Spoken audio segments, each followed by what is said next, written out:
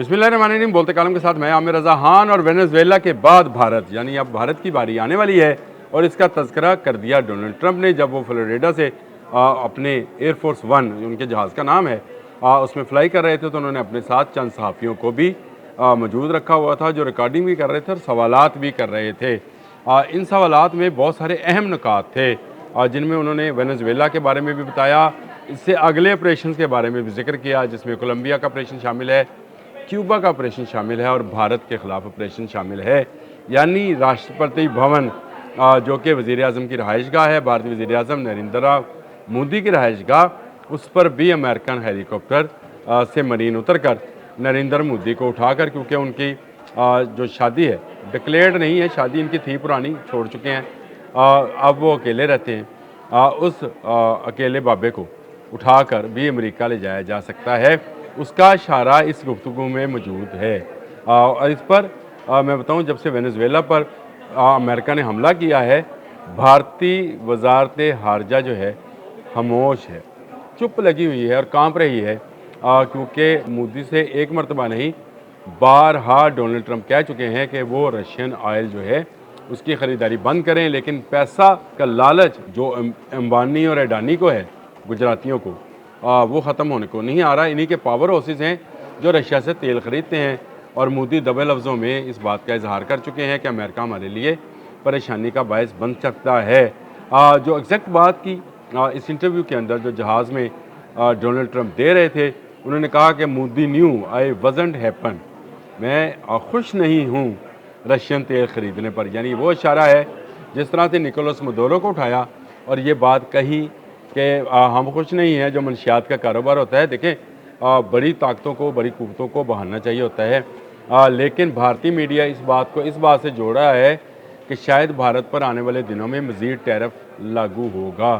अभी अमेरिका जो है अपने ख़त्े के ममालिक जो हैं उनको कर रहा है, जैसे क्यूबा है, वेनेजुएला है, या कोलंबिया है और मेक्सिको है, इन ममालिक की तरफ मुतवज्जा है। लेकिन इन सारे ममालिक के ज़िक्र के साथ साथ अगर वो भारत का जिक्र कर रहा है तो आप समझ सकते हैं कि भारत की अगली बारी है, वो वेनेजुएला के बाद आती है, कोलंबिया के बाद आती है, मेक्सिको को या क्यूबा के बाद आती है, बारी आनी है, टैरिफ लगना है। और टैरिफ लगने का मतलब ये है कि भारत की इकॉनमी ठप हो जाएगी। ठप होगी तो उससे भारत जो है मज़ीद परेशानियों में घिर जाएगा। देखें, जो तोसी पसंदाना जिनके अज़ाइम होते हैं, उनके अज़ाइम जो हैं सिर्फ अपने मुल्क तक। जब आपको एक मरतबा आदत पड़ जाए, शेर के बच्चे को जब एक मरतबा आदत पड़ जाए शिकार करने की, तो फिर वो अगले शिकार के लिए मज़ीद टेरिटरीज़ चाह रहा होता है। और ये जंग जो है, मैं बारहा इस बात का इजहार कर चुका हूँ कि आलमी जंग जो है उसके लिए एक तरफ अमेरिका तैयारी कर रहा है तो दूसरी तरफ चीन तैयारी कर रहा है। चीन की सरहद के साथ भारत शामिल है, जिसके बारे में बार बार डोनाल्ड ट्रंप इस बात का इशारा दे रहे हैं कि वो इससे नाखुश हैं, मोदी की पॉलिसी से नाखुश हैं। अब वहाँ पर रजीम चेंज कराई जाती है, यहाँ राष्ट्रपति भवन में डायरेक्ट जो है दाखिल हुआ जाता है। इसका फ़ैसला जो है वो ट्रंप सरकार ने करना है। और ये जो मोदी साहब नारा लगाया करते थे, अब की बार ट्रंप सरकार, बड़े खुश थे जब ट्रंप से मुलाकात करके आए थे। और उसके बाद से उनका मुश्किल वक्त शुरू हो चुका, क्योंकि जंग मई में पाकिस्तान ने दब के कुट लगाई और कुट लगाने के बाद दुनिया को दिखा दिया कि ये किस काबिल हैं, इनके जहाज़, इनके मिसाइल सिस्टम्स और इनकी बाकी चीज़ें जो हैं किसी काबिल नहीं हैं, ये नहीं चल सकती हैं। रशिया से बार बार तेल ख़रीद रहे हैं। और याद रखिए, सिर्फ 2 माह 3 माह पहले मैंने एक व्लॉग किया था जिसमें मैंने डोनाल्ड ट्रंप का वो बयान शामिल किया था जिसमें उसने कहा था कि वो वक्त करीब है जब पाकिस्तान से इंडिया तेल खरीदेगा। बहुत सारी दुनिया ने खबर डाली कि पाकिस्तान में तेल नहीं निकलता, पाकिस्तान से कैसे खरीदेगा। तो वो ये दुनिया भर में तेल की तजारत है, उसका कंट्रोल अगर अमेरिका हासिल करेगा तो भारत को मजबूरन जो है वो पाकिस्तान के रास्ते ही तेल मिलेगा।